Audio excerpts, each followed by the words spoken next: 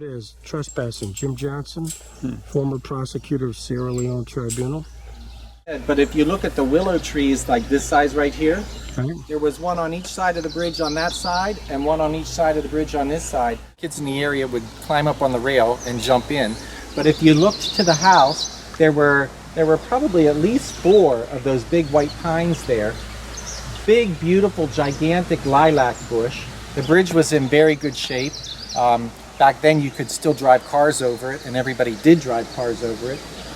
My recollection of the house is that it was a little bit on the gray side with a red roof, had a humongous brick chimney, and it faced this way, and I think that was the kitchen dining room area, lots of windows, and then the living room faced towards the broken straw on the side there, and it was just a beautiful sight. And then where the trees are here is where the barn was, and it was a gigantic barn. It had a big milk house in the front with smaller doors that they would bring most of the livestock in to the bottom of the barn, and then the top of the barn was all full of hay and corn. A lot of corn cobs were left, and it did have a loft on one side. Big, probably like 24 or 30-inch hand-hewn beams that made up the structure, and they were all put in with wooden pegs, no nails or anything like that, and it was just spectacular, just really spectacular. So Keith, give us a time frame. When would you have had knowledge of all of this? What's your time frame?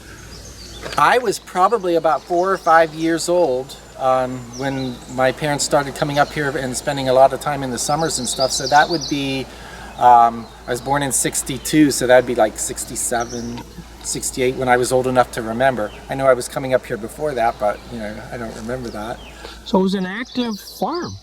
Oh yes, yes. It had electricity. The electric line ran right along there from where the golf course is right now. The golf course at that time was a pasture for livestock. But yeah, it ran across here, and I don't remember too much electricity in the barn, but the house, yeah, the house definitely had electricity. And it was still used. There were people off and on that knew the McChesneys that would live there for a year or 6 months or so at a time. Just people that were, for various reasons, would stay there. Nothing permanent. There'd be somebody that would stay there a year, and then it'd be a couple of years nobody was there, and then somebody would be there a year, and stuff like that. So it was actively used, and then at some point it sounds like it probably was terminated or no longer continued as a farm. When the bridge reached the point where people started to question driving over it, and that's how the little parking area developed over there, then people would just park there and walk over. When the bridge basically became unsafe, or so people thought, it was unsafe to drive a vehicle over it, that's when everything went downhill over here quick. But and that had to be probably at least the middle 70s. I wouldn't be 100% sure on that. And then there were years where there was probably a 5 or 6 year span where there was actually no boards on the bridge, and to get across you walked on the rail, the closest one to the side. The dirt was as high as the bridge right here. There was none of this stuff, and it just started to wash in, and the railroad beams on the top deteriorated first. So that's when the big floods would come through here, they would take out just a little bit more and a little bit more. And yeah, I mean, probably, I'll bet you in as much as 1980, the drop probably was only 6 inches. So if we go back 100 years, the ground level would have been 5 or 6 foot higher right through here. Yes, the road connected from Higher Road here, and there was a lot of debate over what the road was actually called. I know it as the Spencer Private Road. It came up here, it went to their property, and then the rest of the road went straight out through the field here, cut across to the second field, and connected up to Cemetery Bridge Road. Huh. So, and cars drove that both directions regularly. On the weekend, I mean, it would be nothing for 20, 30 cars to come through here. And it was just a shortcut. When the road went out, there was a second road that went out. There were 2 fields that went through there. You really can't see that anymore because of the way they've been planting it right now. But one field went straight out to the woods, And then along the side of the woods, probably for over a half a mile long, there were, I believe, 3 or 4 cabins that were built along the side of the hill there. The one road went straight out to the corner there, and then it cut through. There's a second field over there, and it went along the edge of the second field, and then it swung up. Glendorn still owns the cabin that's there. Wow. Right on that corner, and it comes out very close to where the bridge is. Mostly planted in corn, and then during the 70s they used to rent it out, and it was for probably 10 or 15 years they grew green beans. But if you were standing here, the most impressive thing is right where that tall first plant is there, that was the most spectacular lilac bush you ever saw, and it must have been like 20 feet around. And everything was mowed. There wasn't all this overgrowth and everything. It had a few pine trees, but even back then, I mean, it was beautiful. It was just beautiful. These 2 huge pine trees, this pine tree and there's one a little further down, were they sort of the outlines of the building property? Yes, they kind of made a square. It was just a road that, and it looked like just a horse trail forever, maybe a horse and buggy trail. And it just went around. The garbage dump is a little bit around there. But this actually goes all the way along the creek bank, and right in front of the farmhouse, that's the next property down there, there is a creek crossing, and then it comes up over the hill. So that if you couldn't get across the bridge, they would come across that way. Did you swim here? Oh, I swam here all the time. The top rail, like I said, all the kids would get car inner tubes, and you'd hold the inner tube, and you'd get up as high as you could on the top rail and jump in. Everybody did that. Did you fish? Did you do the... Yes, great trout fishing, great northern fishing, a little bit of bass. Yeah, the fishing was great though. People would come down here and spend the whole day sitting on the bridge fishing. What's amazing is that you feel so bad that as a child you were here and you actually helped destroy some of this. Yeah. When now you realize that it should have been preserved and it should have been protected. To the right is the barn. Right, to the right here is the barn. There was a big, gigantic milk house here, and it had coolers built into the walls and everything like that. And actually, if my memory serves me right, it probably came out to about here. You came here, and there was a door. You went into the milk house, and then about the width of these blocks here was the entrance to the bottom part of the barn. And this is where, they kept all the livestock and everything like that. The milk house was red. The rest of the barn was just the beautiful... This would be the foundation for the milk house. Yes. Right here. That would look like about it. And the rest of the barn was just the natural wood. 2 stories. It was 2 stories. The main entrance to the barn, it had big double sliding doors, would be up there. Was that entrance into the lower level, or did it go? No, it just went to the upper level. It went to the upper level. Went to the upper level. You came into the barn here, and there was a big wide staircase that went up, and an open there, so you could bring bales of hay and stuff like that down it. In the center, there was naturally, like all working barns, a big opening so that they could drop the feed from the top part. And the way that the top part was set up is they had a loft so that you could keep a lot of the hay for the winter and stuff like that up in there. And then they had, and it was a big barn. It was a really big barn. A big swing, a rope swing, and you would go up on the loft where the hay bales were, and you would swing almost clear across the barn. It was amazing. And the most popular event, though, were the corncob battles. And I mean, they'd give you a welt, kid in the t-shirt and shorts, and I mean, just throwing it as hard as you can at the other kids. Was the roof kind of the rounded barn roof? Or It was it peaked, come to a peak? I believe it was peaked, and I know on the top there was this big, gigantic structure that, looked like, I don't know exactly what it was ever used for, but you see them on a lot of the barns where they have the little, like, house or vent area up there. Mm-hmm. And I know when the barn came down, being a kid, You know, you just thought, oh, that was a couple feet tall or something like that, but it was probably about 5 feet tall or so. I mean, it was a lot bigger than I imagined it to be. Any reason to believe that, say, in the last 100 years, the barn was added onto, or would you suspect that the barn you were looking at was probably what it looked like It's the back original. in... I would say it was the original, yeah. So that's probably what it looked like back in Robert Jackson's day, Right. in the 1890s. Right. Like I said, the inside, the beams were the size of these rocks. And you could tell that they were hand cut, and where they went together, they were notched, and the wooden pegs were gigantic, you know, pounded in there, and it was really a shame to see it decay like it did. And I remember that the doors were functional, you know, until I was a teenager, because we would slide them open and closed all the time. Shows you how well they were built. Oh yeah, I mean, it was amazing, because, you know, you're talking about a 10-year-old kid just pushing the door, you know, and on something that was, you know, decades old. Very early 70s that they had wild Halloween parties here. And they would just use the downstairs of the barn. That's why I can remember it still had electricity. And the parties would go on really late. And as you would walk across the bridge, right now there's a bunch of culverts, but there were probably 4 or 5 small bridges that you would walk across. And on each bridge for the Halloween parties, there would be like, they would walk you, you would park along the road, and they'd walk you in groups of like 5 or 6, and you would get blindfolded. And when you would get to the bridge, I can remember, like at the first bridge, they would tell you this story about all these murders and stuff like that, and how the witches would boil the soup and make blood out of it.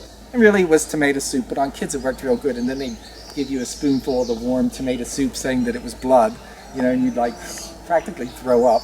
Then you walk to the next bridge, and they tell you all these stories about frogs and witches and stuff like that, and talk about eyeballs, and they would have big grapes that they had peeled and tell you, here, hold an eyeball, and they'd hand you the eyeball, and you're blindfolded, you know, and to terrorize all the kids. Yeah, my God. And they do that all the way out here, and, you know, then there'd be the party in the barn. So. What a great memory you have.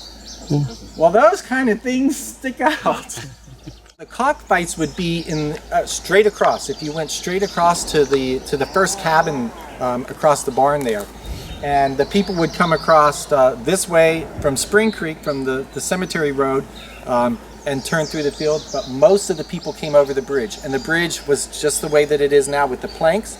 So you would hear the cars, you know, with the blank, blank, blank, blank, blank, blank, each time a car went over it. So, I mean, you could hear 20, 30, 40 cars on a Sunday afternoon, you know, because we would always sit in our cabin yard and have a fire, and yeah, it was just, it was amazing. And then finally... About what time period? Was this 60s? This was probably like 68, 69, 70. Mm-hmm.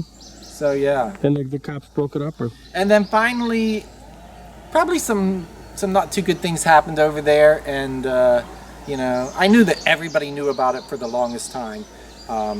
And then probably some event happened, you know, that probably hurt somebody or something like that, and then they just put an end to it. And I mean, put an end to it 1, 2, 3, and there was nobody over there ever again. It was always very open and well maintained. The lilac bush, like I said, was right there from the barn to the house. You know, it's a very short distance, but there were the roadways that went through here.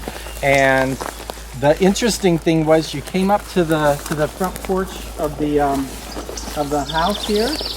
This wasn't the main entrance. Mm-hmm. This was more or less the side entrance. And there were 2 or 3 stalls here for the horses. And I can remember, even as a kid, you could tell that, you know, you could tell animals were kept there, and there were the wood was still there for the foundation, or for the stalls. And from what I was told is they used to do that to help keep the house warm in the winter. Whether that's true, you know, I really don't know. And then you went into the kitchen. It had a beautiful kitchen with some windows in it, and this was 2 stories. The little porch here with the stable was 1 story, but the rest of the house was 2 stories. And I can remember that the chimney used to be on this side here, and my recollection was that the house was gray, and it was made out of some type of a shingle or something like that it was very beautiful. I mean, it just was, it was very striking, you know, amongst the trees, and I can remember looking out the windows and you would see that willow tree there, and it was just such a view of everything, because like I said, everything was all cleared. And I know there were 4 of the pines. There's one, there's like a double one there, and if I remember there was one back in that corner, and then I don't remember where the other one was. But you know, they were big pine trees even when I came in the kitchen. And like I said, there were, I believe there were windows from the kitchen, so you could look down and see everything there. The basement, I can remember being in the basement, and the foundation, the stones here are exactly like it was. It was a dirt floor. We'd find snakes and toads and all kinds of stuff down in there. And you know, it was someplace fun for kids to go play. And then I believe this was kind of like the dining room, living room area. That was more of a living room area. And for some reason, I thought the house went around a little bit more here, because I know that you could come in and you could make a big circle through all the doors. And it had, I know when it was still in good shape that we started going there, it had fantastic wallpaper that actually had, it was like textured, and it was just beautiful with different patterns and stuff like that, very elegant type stuff. And I don't know what they call that, but it kind of felt like texture. Yeah, I mean, you would run your hand on it, and the pattern part was, and they were in reds and stuff like that. It was beautiful. You mentioned bricks, chimney bricks. I wonder. Oh yeah, look, that chimney could be- bricks. Oh my God. That could be what we Yep. Yeah, well here, this would be the chimney bricks. I didn't see those before. I'm glad you saw that. All the bedrooms had windows, beautiful, spectacular views, and there was a big attic. I can remember, well, I don't know if it really was that big, because I'd probably have only been about 10, 12 years old, but I could stand up in the attic. So it seemed like a big attic to me. The garbage dump was just around the corner, and I do remember that this is the water well, because as kids, that was the one thing we weren't allowed around. I can remember being in the house and looking out the windows, and the glass actually had like waves in the glass, and we'd be like, you know, this is like some really bad windows. And you know, I remember being told years later that the glass had, you know, was just so old that that's the effect that it eventually comes to on that old glass.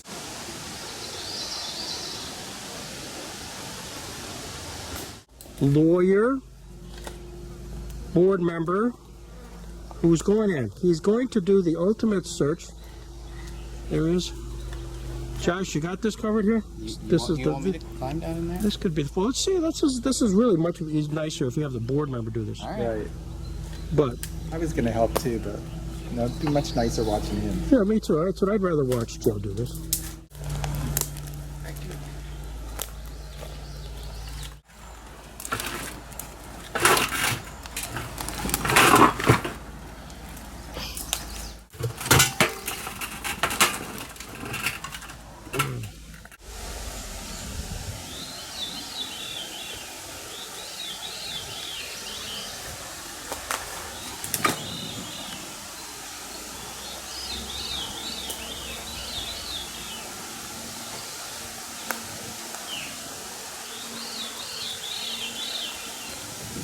Leaders of the world.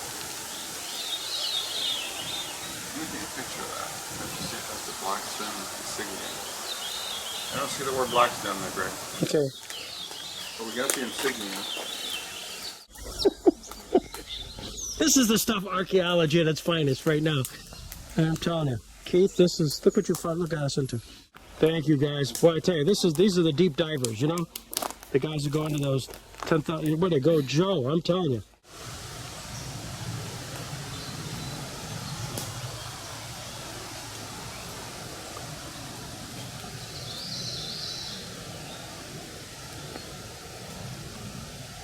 And Bill McChesney said and my dad and Bill were very good friends. In fact, we were probably, the McChesneys and us were probably best friends for many, many years, the whole time I was growing up.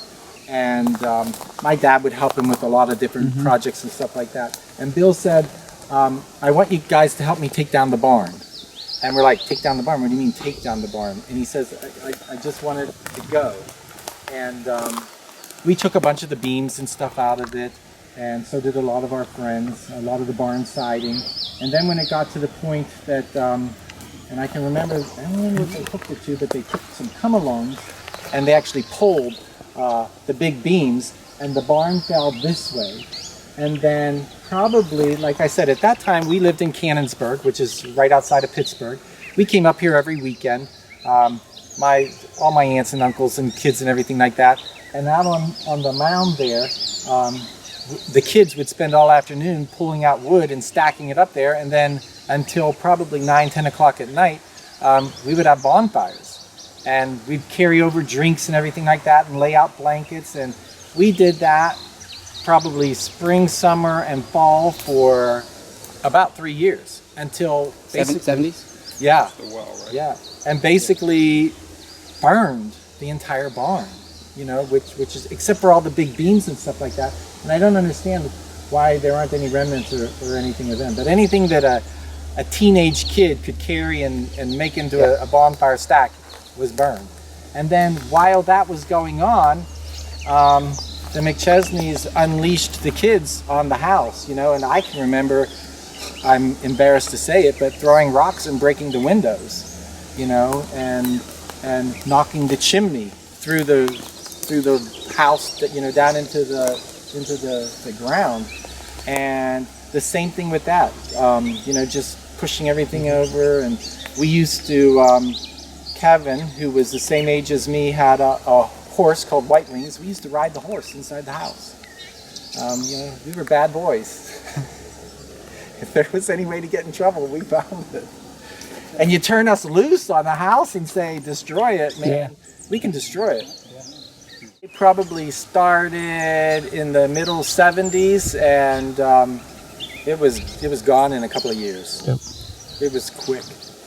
And, you know, to stand here now with it all cleared and just see a few of the bricks from the chimney, and remembering how big that chimney was, and it went all the way, you know, through the second floor ceiling and roof, you know, and all the humongous beams that were in the barn, you know, God, this stuff just decayed so fast.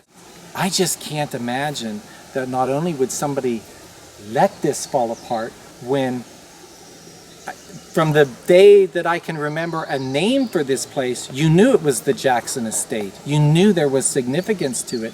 And then not only letting it fall apart, but encouraging it to fall apart. But this, I mean, in 1975, it would have taken nothing. It would have taken nothing to preserve this, you know? And I realized what money was back then, but I mean, probably a few $1,000s. Think of the project today that they're trying to at least find it and do a little archaeological dig here. I think that's fantastic. I really do think that's fantastic, and I think they're going to find a lot of interesting things. Because I can remember as a kid, you know, the different things that we would find here.